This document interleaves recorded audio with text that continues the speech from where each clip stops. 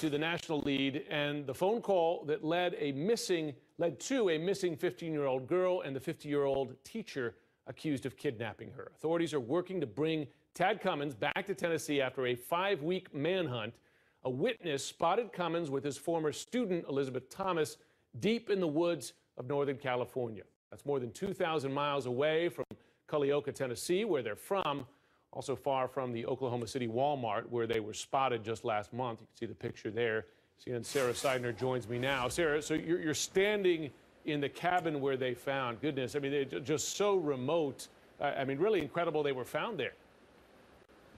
It is, and I'll give you an idea of just how remote it is where this cabin is, the last cabin on this property.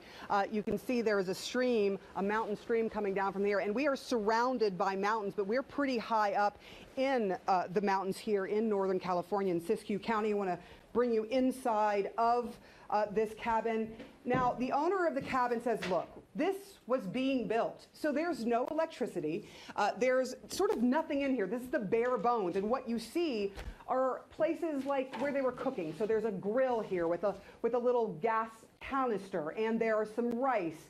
The FBI was in here for much of the day today, and the sheriff's department the day before. But what we also see here is paperwork from the authorities, this one saying it's a search and seizure warrant. There's also a long list of things that were taken out, including coconut oil and KY jelly. Why are those things important? Because the authorities are trying to establish that there was some sort of sexual relationship between this 50-year-old teacher, Tad Cummins, and his 15-year-old former student and victim, and these details will help them to get there. And so that's why this evidence is very important, some of the things taken out of this very cabin.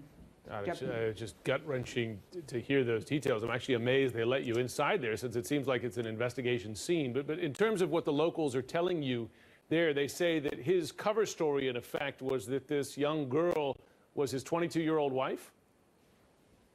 That's right. He told the caretaker of these cabins that he was 44 and that he was with his 22-year-old wife, and that they had been on hard times and needed help. The caretaker gave $40 and helped fill up their vehicle with gas. Here's what else that he said about meeting Mr. Cummins and the young victim. Now, finally, what did he say to you?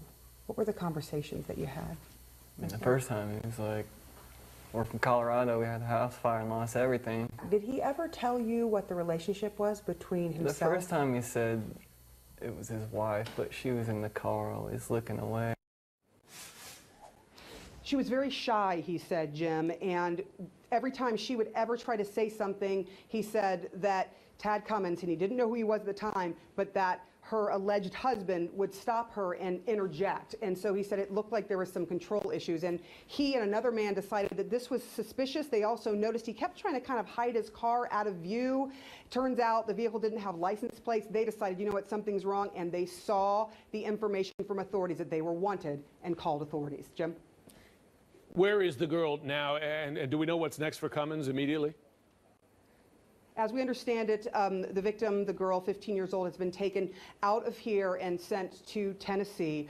We understand now that Tad Cummins was supposed to be arraigned here today, but the Fed stepped in, said no, he is wanted on federal charges. They had a warrant for him, and they took him to Sacramento, where there is a federal courthouse, and we will hear from him likely on Monday. Jim? Just a 15-year-old girl. Sarah Seidner, so glad she's safe. Thanks very much.